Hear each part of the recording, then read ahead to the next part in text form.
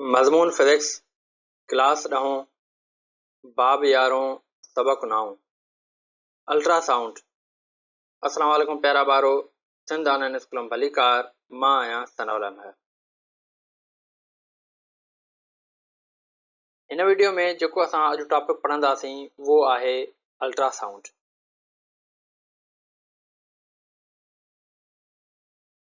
हींअर असीं पंहिंजो टॉपिक जे तरफ़ हलूं था जेको आहे अल्ट्रासाउंड। हिन लफ़्ज़ मां बख़ूबी तव्हां वाक़िफ़ हूंदव त अल्ट्रासाउंड जेको लफ़्ज़ आहे उहो असां ज़्यादातर मेडिकल फील्ड में इस्तेमालु कंदा आहियूं। त उन जे बारे में नेक्स्ट लेक्चर में जेको आहे त डिस्कस कंदासीं त मेडिकल फील्ड में कहिड़े नमूने सां इन जो यूज़ थिए थो। पर अक्सर जॾहिं बि असां अल्ट्रासाउंड जो लफ़्ज़ ॿुधूं था त असां खे जेको आहे त उहो मेडिकल फील्ड जे तरफ़ मुतवजो करे थो। अगरि जेकॾहिं असां हिन लफ़्ज़ खे टोड़ियूं ॿिनि लफ़्ज़नि में त पोइ हिकु थींदो अल्ट्रा, ॿियो थींदो साउंड।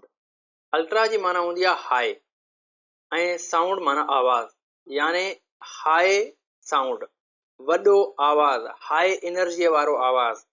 साउंड जेको आहे उहो वाइब्रेटिंग बॉडी मां प्रोड्यूस थींदो आहे जेको आहे कंहिं मीडियम में। ठीकु आहे, त जॾहिं कोई मीडियम हूंदो उन मीडियम खे जॾहिं असां वाइब्रेट कराईंदासीं तॾहिं जेको आहे त साउंड प्रोड्यूस थींदो आहे।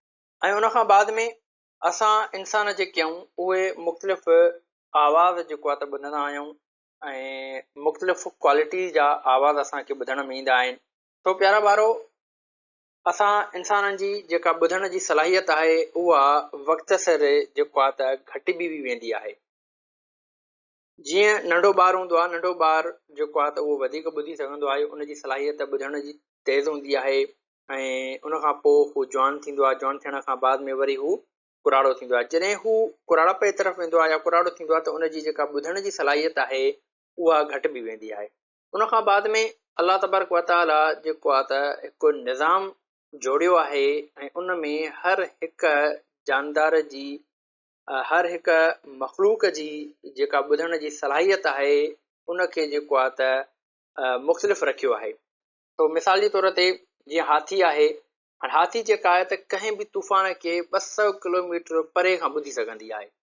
असां इंसान जेके आहियूं उहो एतिरो नथा ॿुधी सघूं, ठीकु आहे, या उनखे असां महसूसु नथा करे सघूं। पर हाथी जेका आहे उहा 200 किलोमीटर परे को तूफ़ान हुजे त उन तूफ़ान जे आवाज़ खे बि जेको आहे उहा ॿुधी वठंदी आहे।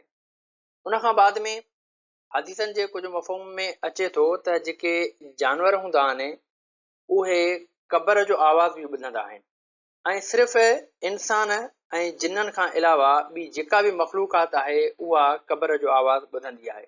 अगरि जेकॾहिं असां हिते इन साउंड्स जी ॻाल्हि कयूं त न असां हाथीअ वांगुरु जेको आहे त लॉन्ग डिस्टेंस वारो आवाज़ जेको आहे त ॿुधी सघूं था, न ई वरी असां ॿियनि जानवरनि वांगुरु जेको आहे त कंहिं थोरे आवाज़ खे या तमामु घणे आवाज़ खे ॿुधी सघूं था।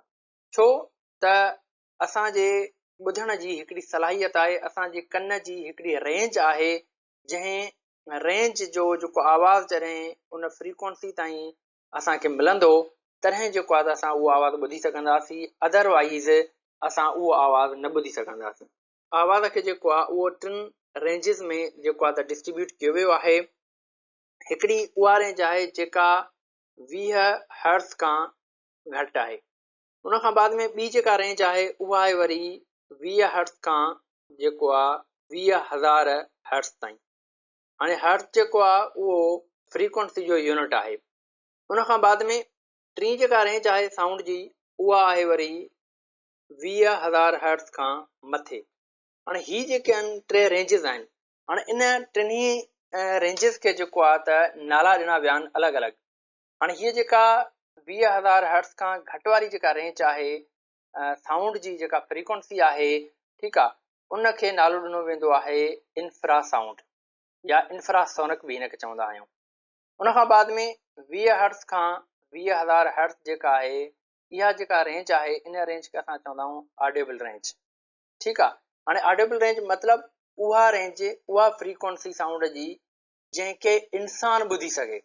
हाणे इंसान जे ॿुधण जी जेका सलाहियत आहे उहा आहे 20 हर्ट्ज़ खां वठी 20,000 हर्ट्ज़ ताईं। जेकॾहिं इन जे विच जी फ्रीक्वेंसी वारो साउंड असांखे असां वटि पहुचंदो त असां उनखे ॿुधी सघंदासीं ऐं उनखां वधीक या उनखां घटि वारो जेकॾहिं साउंड असांजे कननि ताईं पहुचंदो त असां उनखे न ॿुधी सघंदासीं।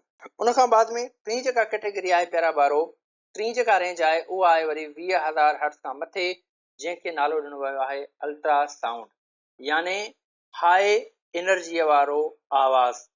त हाणे हिते जेका असां डिस्कस कंदासीं उहा कंदासीं असां अल्ट्रासाउंड जी, ठीकु आहे, या हिनखे ॿियो नालो बि ॾिनो वेंदो आहे अल्ट्रासोनिक।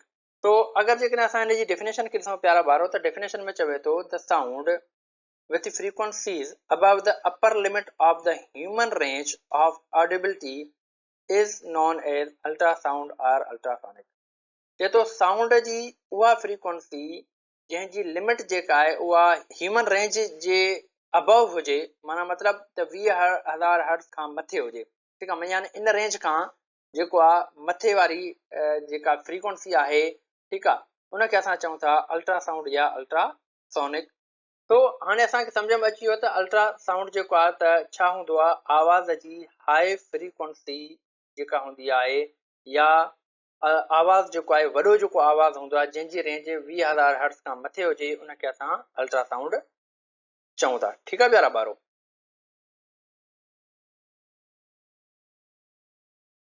तो प्यारा ॿारो, अगरि जेकॾहिं असां अल्ट्रासाउंड जी कुझु प्रॉपर्टीज़ जे बारे में हिते डिस्कस कयूं त बेसिकली छा हूंदो आहे त आवाज़ जेको आहे उहो एनर्जी ट्रांसफर कंदो आहे। अगरि जेकॾहिं हू एनर्जी ट्रांसफर करे थो त आवाज़ जेको ट्रेवल कंदो आहे उहो मीडियम में कंदो आहे। त जेकॾहिं आवाज़ हिकु मीडियम खां ॿिए मीडियम में वञे थो त उते उनजी जेका स्पीड आहे उहा जेका त चेंज थिए थी। तो मिसाल जे तौर ते जेकॾहिं आवाज़ असांजो एयर खां वाटर में वञे थो त उते उनजी स्पीड जेको आहे चेंज थिए थी, ऐं उनखां बाद में उनजी जेका वेवलेंथ आहे उहा बि चेंज थिए थी। तो अहिड़े नमूने सां असां हिते चयोसीं त transfer higher energy by using ultrasonic, यानी जेका असांजी हाई एनर्जी आहे उनखे ट्रांसफर करण जे लाइ असां अल्ट्रासोनिक जेको आहे यूज़ कंदा आहियूं या अल्ट्रासाउंड जेको आहे यूज़ कंदा आहियूं। ठीकु आहे। हाणे अगरि जेकॾहिं असां हिन स्टेटमेंट खे ॾिसूं ऐं इन जे बेसिस ते असां जेको आहे त हीअ इक्वेशन खे जेको आहे त खणूं था त V is equal to F lambda. ठीकु आहे। हाणे जीअं त असांखे ख़बर आहे प्यारा ॿारो त जेतिरी फ्रीक्वेंसी वधीक हूंदी ओतिरी वेवलेंथ घटि हूंदी, ऐं जेतिरी फ्रीक्वेंसी वधीक हूंदी ओतिरी स्पीड आवाज़ जी वधीक हूंदी। हाणे हिन इक्वेशन में जेको आहे त असांजी जेका फ्रीक्वेंसी आहे ऐं वेवलेंथ आहे उहे जेके आहिनि पाण में जेको आहे इक्वल आहिनि। ठीकु आहे। यानी जेकॾहिं फ्रीक्वेंसी वधीक हूंदी त जेको आहे वेलासिटी बि वधीक हूंदी, अगरि जेकॾहिं वेलासिटी वधीक आहे त फ्रीक्वेंसी बि वधीक हूंदी। ठीकु आहे। यानी ॿई बराबरि हूंदियूं, छो त इहे ॿई पाण में जेको आहे त डायरेक्ट प्रोपोर्शन आहिनि। ऐं उनखां बाद में जेकॾहिं असां फ्रीक्वेंसी जी ॻाल्हि कंदासीं वरी वेवलेंथ सां यानी लैम्डा सां, त जेकॾहिं फ्रीक्वेंसी वधीक आहे त लैम्डा जेका हूंदी यानी वेवलेंथ हूंदी उहा घटि हूंदी। हिते हिन इक्वेशन में जेकॾहिं असां ॾिसूं त जेकॾहिं असांजी फ्रीक्वेंसी मिसाल जे तौर ते ह्यूमन एयर जी जेका आहे ऑडिबल जेका फ्रीक्वेंसी आहे उहा आहे असांजी 20,000 हर्ट्ज़। हाणे जेकॾहिं 20,000 हर्ट्ज़ खे असां 1 डिवाइड बाय 20,000 कंदासीं त असांजी जेका आहे उहा वेवलेंथ वञी करे 0.000 समथिंग में निकिरंदी। त मतिलबु एतिरी असांजी जेका वेवलेंथ आहे उन साउंड जी जेको आहे त घटि हूंदी। ठीकु आहे। अगरि जेकॾहिं हिते असां थोरो ॾिसूं त मिसाल जे तौर ते जेकॾहिं असां वेलासिटी 20 जेको आहे त मीटर पर सेकेंड खणूं था त फ्रीक्वेंसी असांजी वरी 20 हर्ट्ज़ आहे, त उन जी जॻह ते वरी जेका असांजी वेवलेंथ हूंदी उहा 1 जे रेशो में हूंदी। जेकॾहिं असां अल्ट्रासाउंड जे यूज़िस ते हलूं प्यारा ॿारो त उनजो जेको यूज़ आहे उहो किथे किथे थी सघे थो, उहो असांजो मेडिकल ऐं टेक्नोलॉजी में थी सघे थो। जीअं असांखे ख़बर आहे त मेडिकल में जेको आहे कहिड़े नमूने सां यूज़ थींदो आहे, जीअं ख़ासि करे जेके प्रेगनेंट वुमेन्स हूंदियूं आहिनि, ख़ुदा न ख़ास्ता कोई मसइलो थी पवे थो त अक्सर डॉक्टर जेको आहे त चवंदा आहिनि तव्हां अल्ट्रासाउंड करायो। जेकॾहिं असांखे कोई मेडिकल प्रॉब्लम थींदो आहे त असां जॾहिं डॉक्टर ॾे वेंदा आहियूं त उनखे ज़ाहिरी तौर ते जेकॾहिं का ख़बर न पवंदी आहे त पोइ हू छा चवंदो आहे त तव्हां वञी अल्ट्रासाउंड करायो। ठीकु आहे। हाणे अल्ट्रासाउंड जॾहिं वञी करे असां कराईंदा आहियूं त पोइ उते हिकिड़ी क्लियर इमेज जेको आहे त ठही ईंदी आहे, ऐं डॉक्टर जेको आहे उन इमेज खे ॾिसी करे उन रिपोर्ट खे ॾिसी करे पोइ असांखे ॿुधाईंदो आहे त तव्हां सां जेको आहे त हीउ मसइलो आहे, या मिसाल जे तौर ते तव्हांजी जेको आहे लंग्स में या तव्हांजे जेको आहे त किडनी में कोई स्टोन आहे या कोई बि प्रॉब्लम हूंदो जेको बि हूंदो, या उनखां बाद में तव्हांजे दिलि जा जेके वाल्स आहिनि उहे जेकॾहिं उन्हनि में उहे बंदि आहिनि या खुलियल आहिनि, या तव्हांजो जेको आहे आर्टरीज़ जेके आहिनि उन्हनि में जेको आहे क्लोटिंग थियल आहे या न आहे, त इहे सभई जेके इशूज़ आहिनि इहे असां रिज़ॉल्व करे सघूं था या उन्हनि जी जेका ख़बर असांखे पइजी सघे थी उहा पइजी सघे थी अल्ट्रासाउंड जे करे। ठीकु आहे। ऐं उनखां बाद में पहिरां ॿारो ॿियो जेको यूज़ आहे उहो आहे वरी क्लैंसिंग। ठीकु आहे। हाणे क्लैंसिंग चइबो आहे सफ़ाईअ खे। सफ़ाईअ में कहिड़े नमूने सां जेको आहे त अल्ट्रासाउंड असांजो यूज़ थी सघे थो, इन जे लाइ मिसाल जे तौर ते कुझु शयूं अहिड़ियूं हूंदियूं आहिनि जिन जी जॻह ते जेको आहे असांजो हथु या असांजो जेके औज़ार आहिनि उहे नथा पुॼी सघनि। ठीकु आहे। त पोइ उन्हनि जी सफ़ाई करण जे लाइ जेको आहे हिते अल्ट्रासाउंड जेको आहे यूज़ कयो वेंदो आहे। ठीकु आहे। ऐं जीअं मिसाल ज़ेवरनि जे लाइ, ॾंदनि जे लाइ या जेके असांजा म्यूज़िकल इंस्ट्रूमेंट आहिनि, ठीकु आहे, उन्हनि जी सफ़ाई वग़ैरह जे लाइ असां अल्ट्रासाउंड जेको आहे त यूज़ कंदा आहियूं। ठीकु आहे। जेका असां वटि हिते थर्ड पॉइंट आहे उहो आहे वरी क्वालिटी कंट्रोल। क्वालिटी कंट्रोल जी जेकॾहिं असां ॻाल्हि कयूं प्यारा ॿारो, त क्वालिटी कंट्रोल जे लाइ बि जेको आहे अल्ट्रासाउंड यूज़ कयो वेंदो आहे। ठीकु आहे। कंहिं बि शइ जी क्वालिटी खे चेक करण जे लाइ, मिसाल जे तौर ते कोई सीमेंट जो ब्लॉक आहे, हाणे हुन सीमेंट जे ब्लॉक में असांखे कीअं ख़बर पवे त हीउ सीमेंट जो जेको ब्लॉक ठहियलु आहे या जंहिं ब्लॉक ते पूरी पूरी जेको आहे त बिर्ज बीठी आहे, त उहो ब्लॉक जेको आहे असांजो सही बि आहे या स्टैंडर्ड मटीरियल मां ठहियलु आहे या न आहे ठहियलु, त पोइ उन जे लाइ बि अल्ट्रासाउंड जेको आहे यूज़ कयो वेंदो आहे। ठीकु आहे। त जीअं असांखे उन क्वालिटी कंट्रोल जी ख़बर पइजी सघे।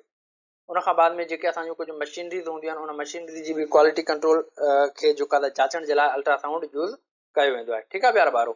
त उनखां बाद में असां वटि जेको आहे त हिते बुक में हिकिड़ी टेबल ॾिनी वई आहे जंहिंमें जेको आहे त कुझु फ्रीक्वेंसीज़ जेको आहे त असांखे ॿुधायूं वयूं आहिनि।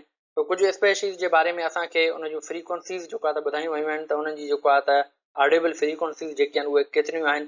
तो हींअर टेबल में असीं जेको आहे त उन जे बारे में थोरो डिस्कस कयूं था। मिसाल जे तौर ते जीअं एलिफेंट आहे, ठीकु आहे, हाथी आहे, हाथी जी जेका लोअर फ्रीक्वेंसी आहे, ठीकु आहे, जेका हू ॿुधी सघे थी, उहा आहे 16 हर्ट्ज़। ऐं उनखां पोइ जेका हुनजी अपर फ्रीक्वेंसी आहे उहा आहे 12,000 हर्ट्ज़ ताईं। ऐं इंसान जी जेका आहे त उहा 20 हर्ट्ज़ खां वठी 20,000 हर्ट्ज़ ताईं आहे। उनखां बाद में जेको आहे हॉर्स जी, जेकॾहिं असां घोड़े जी ॻाल्हि कंदासीं त घोड़े जी जेका आहे त 31 हर्ट्ज़ खां वठी जेको आहे 40,000 हर्ट्ज़ ताईं आहे। ऐं जेकॾहिं कुते जी ॻाल्हि कंदासीं त कुते जी वरी जेका आहे त उहा 40 हर्ट्ज़ खां 40,000 हर्ट्ज़ ताईं आहे। उनखां बाद में वेल्स जेके आहिनि ऐं डॉल्फिन्स जेके आहिनि, जेके समुंड में रहनि थियूं मछियूं, उन्हनि जी जेका आहे त 70 खां वठी 15,000 हर्ट्ज़ ताईं आहे। ऐं उनखां बाद में जेके ॿिलियूं आहिनि, ॿिलियुनि जी 100 खां वठी करे 32,000 हर्ट्ज़ ताईं आहे। या उनखां पोइ जेके माकड़्स थींदियूं आहिनि, हाणे माकड़ जेका हूंदी आहे उन माकड़ जी जेका फ्रीक्वेंसी आहे उहा आहे वरी 100 खां वठी 50,000 हर्ट्ज़ ताईं। उनखां बाद में जेके असांजा वरी सामूंडी शींहं थींदा आहिनि, सी लाइन्स जंहिंखे असां चई सघूं था, उहे या सील्स जेके हूंदियूं आहिनि उन्हनि जी आहे 200 खां वठी 55,000 हर्ट्ज़ ताईं। ऐं उनखां पोइ बेट्स यानी जेके असांजा चमड़ा हूंदा आहिनि, उन चमड़नि जी जेका फ्रीक्वेंसी आहे उहा 1000 हर्ट्ज़ खां वठी जेको आहे 1,50,000 हर्ट्ज़ ताईं। तो ही हुयूं कुझु स्पेशीज़ जूं फ्रीक्वेंसीज़, जेको आहे त अपर लिमिट बि ऐं उनजी लोअर लिमिट बि असांखे ख़बर पइजी वई। तो प्यारा ॿारो, मूंखे उमेदु आहे त तव्हांखे अल्ट्रासाउंड जेको आहे उहो हिते सुठे नमूने सां सम्झ में अची वेंदो।